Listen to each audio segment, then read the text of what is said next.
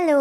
ഇന്നത്തെ മാംഗല്യം സീരിയലിൻ്റെ full എപ്പിസോഡിൻ്റെ review ആണ്. ഇന്നത്തെ മാംഗല്യം സീരിയലിൻ്റെ എപ്പിസോഡിനകത്ത് നമ്മുടെ അനഘ വന്ന് നേരെ നമ്മുടെ സന്ദീപിനെ കെട്ടിപ്പിടിച്ചിരിക്കുന്നതും സന്ദീപും അനഘയുടെ പുറത്ത് തോളിനകത്ത് കൈ വെച്ചിരിക്കുന്നതും കണ്ണീര് തുടയ്ക്കുന്നതും, അതുമല്ലാതെ സന്ദീപ് അല്ലാതെ എനിക്കിനി മറ്റാരുമില്ല, സന്ദീപിനെ വിശ്വസിച്ച് മാത്രമാണ് ഞാൻ ഇരിക്കുന്നത്, സന്ദീപാണ് എനിക്ക്, സന്ദീപ് അല്ലാതെ വേറെ ആരും തന്നെ എനിക്കിപ്പോൾ ഇല്ല എന്നീ പറയുന്ന കാര്യങ്ങളാണ് നമ്മുടെ ആതിര കേൾക്കുന്നത്. നമ്മുടെ ആതിര എന്താണ് കേൾക്കുമ്പോൾ തന്നെ സന്ദീപ് പറയുന്നുണ്ട്, ആതിര എന്തായാലും നാളെ അവളുടെ വീട്ടിലേക്ക് കൊണ്ടുപോകും.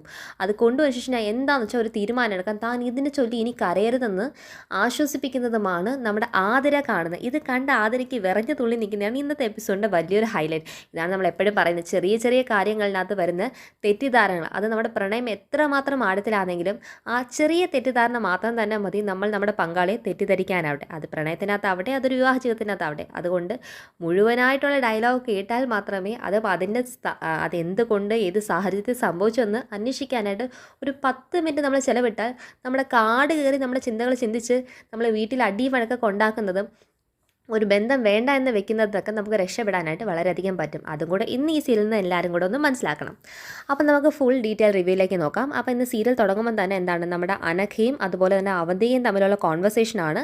എന്താണ് ചേച്ചി എനിക്ക് ഇങ്ങനത്തെ ഒരു കല്യാണം തീരുമാനിക്കണം, അതും അവനെ പോലത്തെ ഒരു ഫ്രോഡിനെ കല്യാണം കഴിക്കേണ്ട വന്നാൽ ചേച്ചി ഒരു കാര്യം ആലോചിച്ചോ, ഞാൻ നമ്മുടെ അച്ഛൻ ഉണ്ടായിരുന്ന സ്ഥലത്തേക്ക് തന്നെ ഞാൻ തിരിച്ചു പോകും. ചേച്ചി എന്താണ് അത് വീണ്ടും ഇതിനു വേണ്ടി കെട്ടിയൊരുങ്ങി എന്നെ എന്താണ് കല്യാണ മണ്ഡപത്തിലേക്ക് കൊണ്ടിരുത്താൻ ചേച്ചി വിചാരിക്കില്ലേ? ഞാൻ എന്താണ് ഒരിക്കലും അതിനുവേണ്ടി നിന്ന് തരത്തില്ല, അങ്ങനത്തെ ഒരു കാര്യം അനഘ ജീവനോടെ കാണത്തില്ല ചേച്ചി എന്ന് പറയുന്നതും ഇത് കേട്ട് നമ്മുടെ അച്ഛൻ ഞെട്ടിയിരിക്കുന്നതും, ചേച്ചി ഒരു കാര്യം ചെയ്യും, ഈ അനഘ ഇല്ലാതായതിന് ശേഷം തൊട്ട് എൻ്റെ എന്താണ് അനഘയുടെ അവസാനം തൊട്ടുള്ള നിമിഷം തൊട്ട് ചേച്ചി എന്താണ് വീണ്ടും ഈ കുടുംബത്തിനുള്ള ദേഷ്യവും പകയും എല്ലാം ആയിട്ട് ചേച്ചി ഇനി ശത്രുതയുടെ ഒരു 2ാം ഭാഗം ഒന്ന് തുടങ്ങിക്കോ, എന്താണ് അനഘ ഇല്ലാതാകുന്ന നിമിഷം തൊട്ട് എന്ന് പറയുന്നത് കേൾക്കുമ്പോഴത്തേക്കും അച്ഛൻ ടെൻഷൻ ആവുകയാണ്. അച്ഛൻ വിചാരിക്കുവാണ്, ഈ അവന്തിക്ക് എന്താണ് സ്വന്തം അനിയത്തിയോട് പോലും ഇത്രയൊക്കെ ക്രൂരത കാണിക്കുന്ന രീതിയിലാണോ? അതുമല്ലാതെ രണ്ടുപേരെ മനസ്സിലും ഈ കുടുംബത്തിനോടുള്ള പക എന്ന് പറയുന്നതിൻ്റെ പ്ലാൻ എന്ന് പറയുന്നത് രണ്ടുപേരെയും അറിഞ്ഞു തന്നെയാണ് ഇന്ന് നമ്മുടെ അച്ചു മനസ്സിലാക്കി കഴിഞ്ഞു. കാരണം അച്ഛൻ്റെ ധാരണ ഇതെന്താണ് അവന്തികയുടെ മാത്രം ഒറ്റ മാസ്റ്റർ പ്ലാൻ ആണെങ്കിൽ ഇന്ന് അവന്തിക മാത്രമല്ല അനഘയും ഈ കളിയും കാര്യങ്ങളും ചേച്ചിട്ട് എല്ലാ കൊള്ളതായ്മയും അറിഞ്ഞിട്ടുള്ളതെന്ന് മനസ്സിലായി. പക്ഷേ എന്നിരുന്നാലും നമ്മുടെ അച്ചുവിൻ്റെ മനസ്സിൻ്റെ നന്മ തൻ്റെ അനിയത്തിയെ പോലെ ആതിരയെ പോലെ ആവട്ടെ സ്നേഹയെ പോലെ ആവട്ടെ അവളെപ്പോലെ തന്നെ ഉള്ള ഒരു പെൺകുട്ടിയാണ് അനഘ. എത്ര ദുഷ്ടത്തരം ചേച്ചിയുടെ കൂടെ നിന്ന് കാണിച്ചിട്ടുണ്ടെങ്കിലും അവൾ ഇഷ്ടമല്ലാത്ത ഒരു വ്യക്തിയെ ഒരിക്കലും ഒരു ഇഷ്ടമല്ലാത്തൊരു പുരുഷന് ഒരു സ്ത്രീ തലനീട്ടി കൊടുക്കേണ്ട വരരുത് എന്ന ഒരു ചിന്തയുടെ സ്റ്റാൻഡ് എടുക്കാൻ നമ്മുടെ അച്ചു എന്താണ് ശ്രമിക്കുന്നുണ്ട്. എന്നാൽ ഏതറ്റം പോയും അവളെ സഹായിക്കും. അതൊരിക്കലും അവന്തികയുടെ അടുത്തുള്ള ദേഷ്യം കൊണ്ടല്ല എന്ന് തന്നെ ഉറപ്പിക്കുന്ന ഒരു സ്റ്റാൻഡാണ് നമുക്ക് സീരിയലിൽ കാണാൻ പറ്റുന്നത്.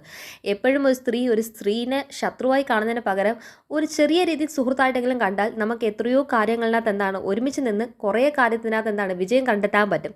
അപ്പം അച്ചു ഇതൊക്കെ കേട്ട് എന്താണ് സങ്കടത്തിനകത്ത് നേരെ എന്താണ് കിച്ചണിലേക്ക് വരുവാണ്. കിച്ചണിലേക്ക് നമ്മുടെ മീരേട്ടത്തിൽ നിന്ന് നമ്മൾ എന്താണ് ക്യാബേജ് അരിഞ്ഞുകൊണ്ടിരിക്കുവാണ്. അപ്പം മീരത്തിൽ ക്യാബേജ് അരിയുന്ന കാണാൻ രസമാണ് കേട്ടോ. നമ്മളൊന്നും അരിയുന്ന പോലെയല്ല, ഒരു പ്രത്യേക രീതിയിൽ അരിയിൽ നിന്ന് കത്തി പിടിച്ചിരിക്കുന്ന നോക്കിയാൽ തന്നെ കാണാത്ത രസം ഉണ്ടായിരുന്നു.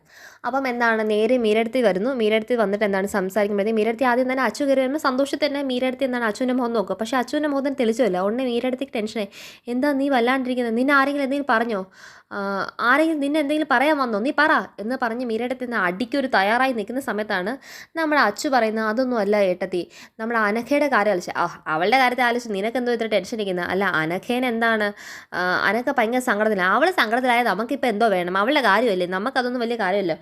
അവൾ സങ്കടത്തിലോ എന്തോ ആവട്ടെ, അവളെ എന്താണ് വല്ല മരത്തിൽ കെട്ടി വെച്ച് എന്താണ് പുളിവാർ കൊണ്ട് അടിക്കാത്തതിൻ്റെ ഒരു കുഴപ്പമേ ഉള്ളൂ അവളുടെ ഒരു സ്വഭാവത്തിന് എന്ന് പറയുമ്പോഴത്തേക്കും നമ്മുടെ അച്ചു പറയുന്നത്, അതൊന്നും അല്ല ഏട്ടത്തി പ്രശ്നം. ഇപ്പം നമ്മുടെ അവന്തി ഏട്ടത്തി സ്വന്തം അനിയത്തിയാന്ന് പോലും നോക്കാതെ അനഘയെ എന്താണ് ആർക്കോ അവൾക്ക് താല്പര്യമില്ലാത്ത ആരും വിവാഹം കഴിച്ച് വിടാനായിട്ട് ശ്രമിക്കുവാണ്. അതിനകത്ത് അനഘയ്ക്ക് എന്താണ് ഒട്ടും താല്പര്യമില്ലാന്ന് പറഞ്ഞിട്ട് അവിടെ കിടന്ന് വഴക്കൂടുന്ന കണ്ടിട്ട് ഞാൻ ഈ വരുന്നത്.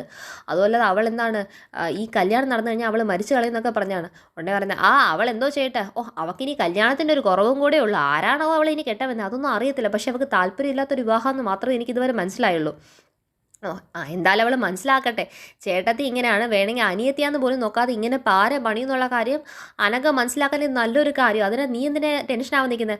ഞാനൊരു കാര്യം പറയട്ടെ അച്ചു, അവൾ എത്രയും വേഗം കല്യാണം കഴിച്ച് ഇവിടുന്ന് പോട്ടെ, നിങ്ങളൊക്കെ സ്വസ്ഥമായിട്ട് ജീവിക്കാൻ നോക്കുക. അവളെ ഇവിടെ വെച്ചുകൊണ്ട് നിങ്ങൾക്ക് എന്തോ കിട്ടാനായിരിക്കുന്നത്, നിങ്ങളതൊക്കെ കളഞ്ഞിട്ട് നിങ്ങളുടെ സമാധാനമായിട്ട് നിങ്ങൾ ജീവിക്കാൻ നോക്കുന്ന പറയുമ്പോൾ അതല്ല ഏട്ടത്തി, അവൾ നമ്മുടെ ആദര മോളെ പോലെ നമ്മുടെ സ്നേഹമോളെ പോലെ തന്നെ ഒരു പെണ്ണല്ലേ.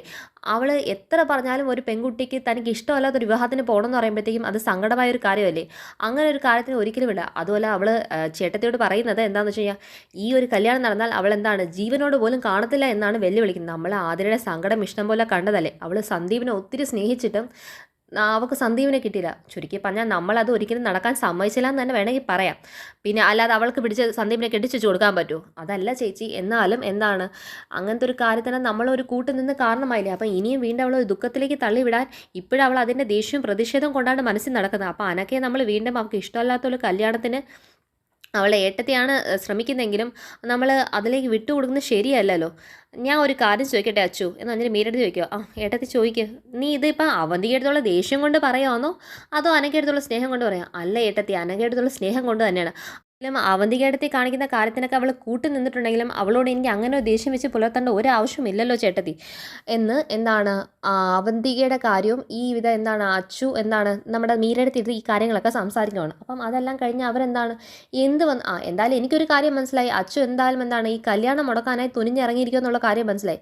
തീർച്ചയായിട്ടും അവൾക്കിത് ഇഷ്ടമല്ലെങ്കിൽ ഉടനെ മീരടുത്ത് ഒരു കാര്യം കൂടെ പറയുന്നത്, ഇനി ഇവൾമാർ രണ്ടുപേരും വിശ്വസിക്കാൻ പറ്റാത്ത ഒരു കൂട്ടങ്ങളാണ്. ഇനി നീ കേൾക്കാൻ വേണ്ടി നിന്നെ കണ്ടിട്ട് ഇങ്ങനെ മനഃപൂർവ്വം പറഞ്ഞാണെങ്കിലോ അതൊന്നും നമുക്കറിയത്തില്ല. ആദ്യം ഇതൊക്കെ സത്യമൊന്ന് നോക്കിയിട്ട് മാത്രം മതി, പിന്നെ ബാക്കി കാര്യങ്ങളൊക്കെ എന്ന് പറഞ്ഞ് വിടുന്നുണ്ട്. പിന്നെ അതിനുശേഷം എന്താണ് നമ്മുടെ മീര എടുത്തി ഞാൻ പോയി അവളെ ഒന്ന് വീക്ഷിക്കട്ടെ. നമ്മൾ എന്തായാലും ആതിരെ കണ്ടതാണല്ലോ ഒരു പ്രേമ നൈരാശ്യത്തിനത് എങ്ങനെ ആതിര ഇരുന്നത് നമ്മൾ കണ്ടതും നമുക്കറിയാവുന്നുണ്ട്. ഒരു പെണ്ണിന് അങ്ങനെ ഇഷ്ടമല്ലാത്ത വിവാഹത്തിലേക്കൊക്കെയാണ് അവളെ തള്ളിവിടുന്നതെന്നുള്ള കാര്യങ്ങളൊക്കെ ഉള്ള മുഖഭാവം കണ്ട് എനിക്ക് മനസ്സിലാക്കാവുന്നേ ഉള്ളൂ എന്ന് നമ്മുടെ മീരടുത്ത് നേരെ ഒരു റൂമിൻ്റെ വാതിലിൻ്റെ അവിടെ ഒന്ന് പതുങ്ങി നിൽക്കുകയാണ്. ആ പതുങ്ങി നിന്നിട്ട് മീരടുത്ത് നോക്കുന്ന മൊത്തം നമ്മുടെ അനഘേനാണ് നോക്കുന്നത്. അനഘേനെ വീക്ഷിക്കാനായി ഉള്ള ഡിറ്റക്റ്റീവ് പണിയാണ് നമ്മുടെ മീരടുത്ത് ചെയ്യുന്നത്.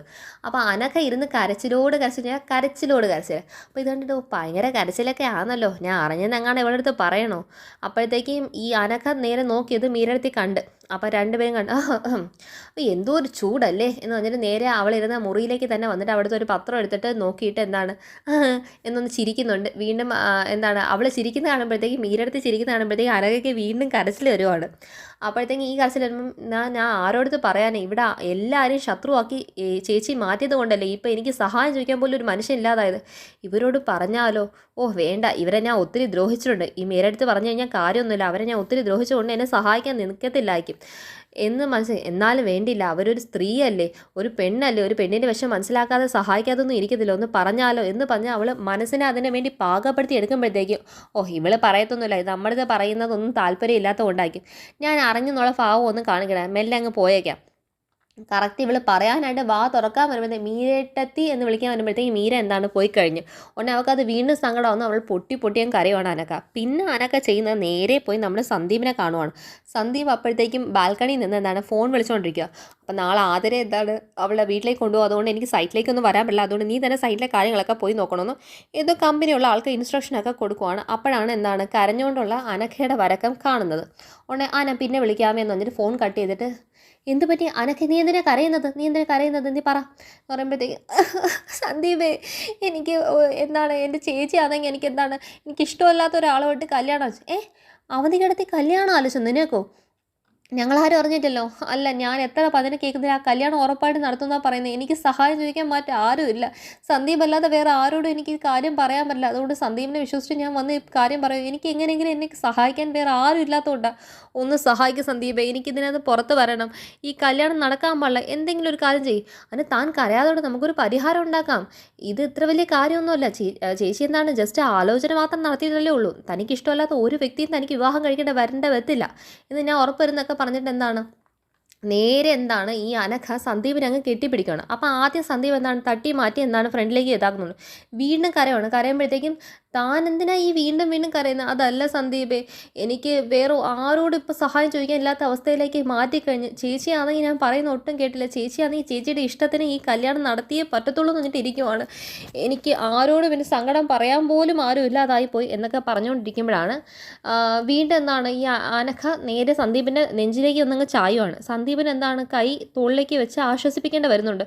താനിങ്ങനെ സില്ലി ആവാതടോ, താനിങ്ങനെ എന്തിനാ കുഞ്ഞുങ്ങളെ പോലെ കരയുന്നത് എന്നൊക്കെ പറഞ്ഞുകൊണ്ടിരിക്കുമ്പോഴാണ് നമ്മുടെ ആതിരൊക്കെ കൈയൊക്കെ വെച്ച് വയറൊക്കെ തടവി മെല്ലെ എന്താണ് അങ്ങോട്ടേക്ക് വരുമ്പോഴത്തേക്ക് ആരോ ഇങ്ങനെ കരയുന്ന ഒരു ഒച്ച വെക്കുവാണ്. ഈ കരയുന്ന ഒച്ച വെക്കുമ്പോഴത്തേക്ക് എന്താണ് ഇത് ആരാപ്പാ കരയുന്നതെന്ന് പറഞ്ഞിട്ട് നോക്കുമ്പോഴത്തേക്കും ആ ഷട്ടറിട്ട് ആ ജനലിൽ കൂടെ അങ്ങ് നോക്കുമ്പോഴത്തേക്കും സന്ദീപിനെ കെട്ടി പിടിച്ചുകൊണ്ട് നിൽക്കുവാണ് നമ്മുടെ അനഘ ഇത് കണ്ടതും ആതിരയ്ക്ക് കണ്ണുകളൊക്കെ നിറഞ്ഞ് ഷോക്കായി. ഇതെന്തോ എൻ്റെ ബാക്കിൽ ഈ നടക്കുന്ന കാര്യം എനിക്ക് വിശ്വസിക്കാൻ പറ്റില്ല, സന്ദീപ് ഇത്ര ചീപ്പാണോ എന്ന് ആതിര മനസ്സിൽ വിചാരിക്കുന്നതും ആതിരയ്ക്ക് കേൾക്കാൻ പറ്റുന്ന ഡയലോഗ് ഇത്രയേ ഉള്ളൂ: സന്ദീപ് എങ്ങനെയെങ്കിലും ഇതിനൊരു കാര്യത്തിന് പരിഹാരം ഉണ്ടാകണം. ഉടനെ സന്ദീപ് പറയുന്നത്, താൻ എന്നോട് പറഞ്ഞില്ലേ ഈ കാര്യം എനിക്ക് വിട്ടേരെ, ഞാൻ എങ്ങനെയാലും നോക്കിക്കോളാം, എനിക്കറിയാം തൻ്റെ വിഷമം അറിയാം, താൻ ഈ കാര്യം പറഞ്ഞ് എനിക്ക് കരയരുത്, ഞാൻ എങ്ങനെയെങ്കിലും ഇതിന് ഉറപ്പായിട്ടൊരു പരിഹാരം ഉണ്ടാക്കും. എന്തുവാലും നാളെ എന്താണ് ആതിര അവളുടെ വീട്ടിലേക്ക് അവൾ പോകും, അവൾ പോയി കഴിയുമ്പോഴത്തേക്ക് അത് പോകുന്ന വരെ എങ്കിലും എനിക്കൊരു സമാധാനം എന്താ, അത്ര നേരത്തെ സാവകാശം തനിക്ക് തന്നാൽ മതി, തൻ്റെ കാര്യങ്ങളെല്ലാം ഞാൻ എന്താണ് റെഡിയാക്കി തരാം എന്ന് പറയുമ്പോഴത്തേക്കും വീണ്ടും എന്താണ് ഇവളെ കെട്ടിപ്പിടിച്ചിട്ട് കരയുവാണ്.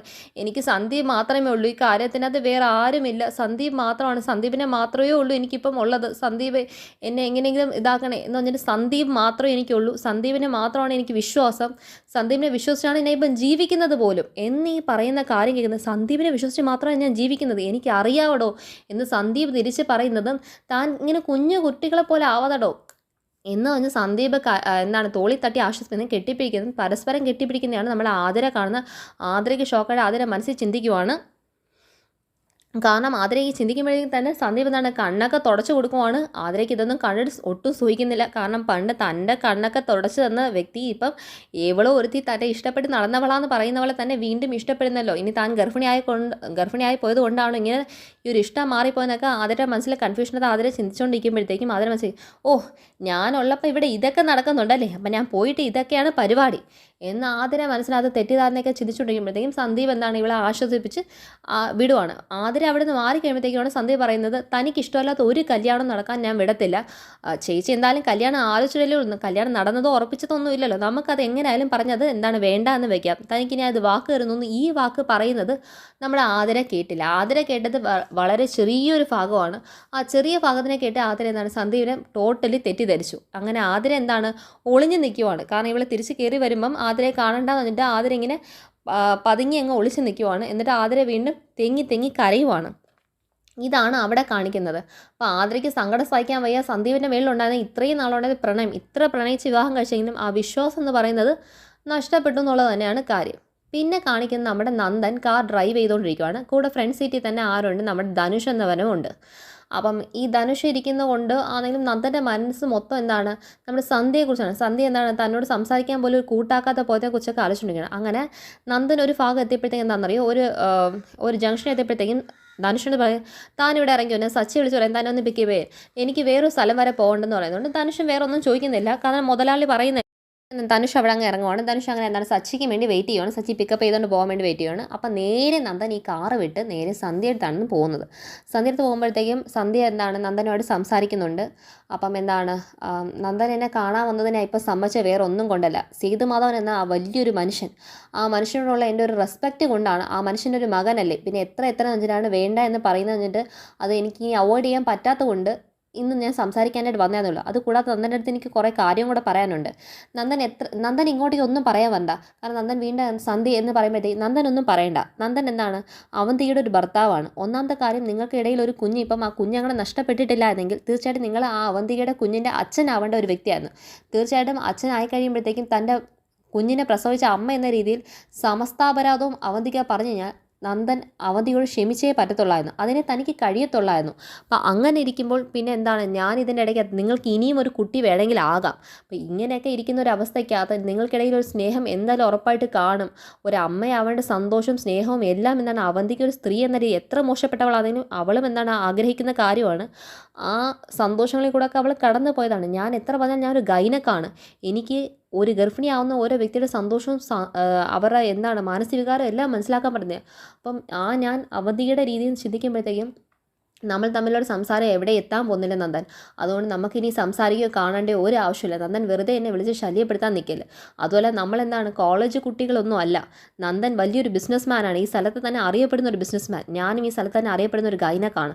അപ്പോഴത്തേക്കും നമുക്ക് രണ്ടുപേർക്കും ഒരു റെപ്യൂട്ടഡ് ആയിട്ടുള്ള ഒരു പൊസിഷനുണ്ട്, ഒരു പ്രൊഫഷണൽ ലൈഫുണ്ട്. അതെല്ലാം ഇരിക്കുമ്പോൾ നമ്മളിങ്ങനെ കോളേജ് പിള്ളേരെ പോലെ വീണ്ടും എന്താണ് ഒളിച്ച് പ്രേമം നടത്തിക്കൊണ്ടിരിക്കേണ്ട ഒരു ആവശ്യത്തിൻ്റെയും കാര്യങ്ങളില്ല. പിന്നെ ആ ഒരു റൊമാൻസിനുള്ള പ്രായമൊക്കെ നമുക്ക് കഴിഞ്ഞു എന്നുള്ളത് മനസ്സിലാക്കുക. പിന്നെ അവന്തികയോട് നന്ദന് ക്ഷമിക്കാവുന്നതേ ഉള്ളൂ എന്നാണ് എനിക്ക് മനസ്സിലാക്കുന്നത്. നിങ്ങൾക്കിടയിൽ സ്നേഹം വളരാൻ ഒത്തിരി നാളിൻ്റെ ആവശ്യമൊന്നും തന്നെ ഇല്ല. നിങ്ങളിപ്പോൾ ഒരു കുട്ടിയുടെ അച്ഛനായതുവരെയാണ്. നന്ദൻ വീണ്ടും പറയാൻ ശ്രമിക്കുന്നതൊന്നും എന്താണ് കേൾക്കാൻ സന്ധ്യ തയ്യാറല്ല. നന്ദൻ ഇനി എന്നെ വിളിക്കുന്നത് സംസാരിക്കുന്നത് എല്ലാം നിർത്തണം. നന്ദൻ എന്നെ ഇനി കാണുന്നത് നിങ്ങളുടെ കുടുംബത്തിനകത്ത് വരുന്ന നിങ്ങളുടെ കാര്യങ്ങൾ നോക്കുന്ന എന്താണ് ഒരു പ്രൊഫഷണലായിട്ട് മാത്രമേ എന്നെ കാണാവുള്ളൂ. അല്ലെങ്കിൽ അതിനുപരി നോക്കുകയെന്നുണ്ടെങ്കിൽ സേതുവങ്കളുടെ ഔദാര്യത്തിനകത്ത് പഠിച്ച ഒരു വെറും പെൺകുട്ടി. അതിൻ്റെ അപ്പുറത്തോട്ടേക്ക് എനിക്കൊരു സ്ഥാനം തരല്ലേ. അതിൻ്റെ അപ്പുറത്തോട്ടേക്ക് ഒന്നും ഞാൻ അർഹിക്കുന്നില്ല. അതിൻ്റെ അപ്പുറത്തോട്ടേക്ക് ഒരു കാര്യം ശരിയുമല്ല. അതെല്ലാം വെറും എന്താണ് ഇനി അതിൻ്റെ അപ്പുറത്തോട്ട് ചിന്തിക്കുന്ന വിഡ്ഢികളുടെ ഒരു തമാശ പോലെ ആയിപ്പോവും നന്ദൻ. അതുകൊണ്ട് നന്ദൻ എന്താണ് എന്നെ ഇനി കാണാനും സംസാരിക്കണോ. നന്ദൻ വീണ്ടും സംസാരിക്കാൻ ശ്രമിക്കുകയാണ്. അത് അങ്ങനെ അല്ല എന്ന് പറയാൻ ശ്രമിക്കുന്നതും എനിക്കറിയാം. നന്ദൻ പറയാമെന്ന പല കാര്യങ്ങളും എനിക്കറിയാം. ഈ കാര്യങ്ങളെല്ലാം ഇങ്ങനെ തന്നെ പറഞ്ഞ് നന്ദനുമായിട്ട് എന്താണ് അവസാനിപ്പിക്കണം എന്നുള്ളത് കൊണ്ടാണ് ഇന്ന് കാണാൻ ഞാൻ പിന്നെ സമ്മതിച്ചതിൻ്റെ ഒരു കാര്യം. നന്ദൻ പറഞ്ഞൊക്കെ മനസ്സിലാക്കുമെന്നാണ് ഞാൻ പ്രതീക്ഷിക്കുന്നത്. അപ്പം എന്ന് പറഞ്ഞിട്ട് എന്താണ് സന്ധ്യ എന്നാൽ ഞാൻ പോവാണ് നന്ദൻ എന്ന് പറഞ്ഞിട്ട് സന്ധ്യ പോവാണ്. നന്ദൻ അവിടെ നിന്ന് ആലോചിക്കുകയാണ്. അപ്പോൾ ഇന്നത്തെ സീരിയൽ ടോട്ടൽ എപ്പിസോഡിൻ്റെ റിവ്യൂ ഇതാണ്. നാളത്തെ എപ്പിസോഡിന് നമ്മുടെ ആതിരയുടെ വക തീരുമാനമുണ്ട്. അതായത് വീട്ടിലേക്ക് പോകണ്ട എന്ന പെട്ടെന്നുള്ള തീരുമാന മാറ്റങ്ങളൊക്കെ ഉണ്ട്. അപ്പോൾ ഇന്നത്തെ സീരിയൽ എല്ലാവർക്കും ഇഷ്ടപ്പെടുന്നു വിചാരിക്കുമോ. എല്ലാവരും ലൈക്ക് ചെയ്യുക, കമൻറ്റ് ചെയ്യുക, ഷെയർ ചെയ്യുക, സബ്സ്ക്രൈബ് ചെയ്യുക. താങ്ക്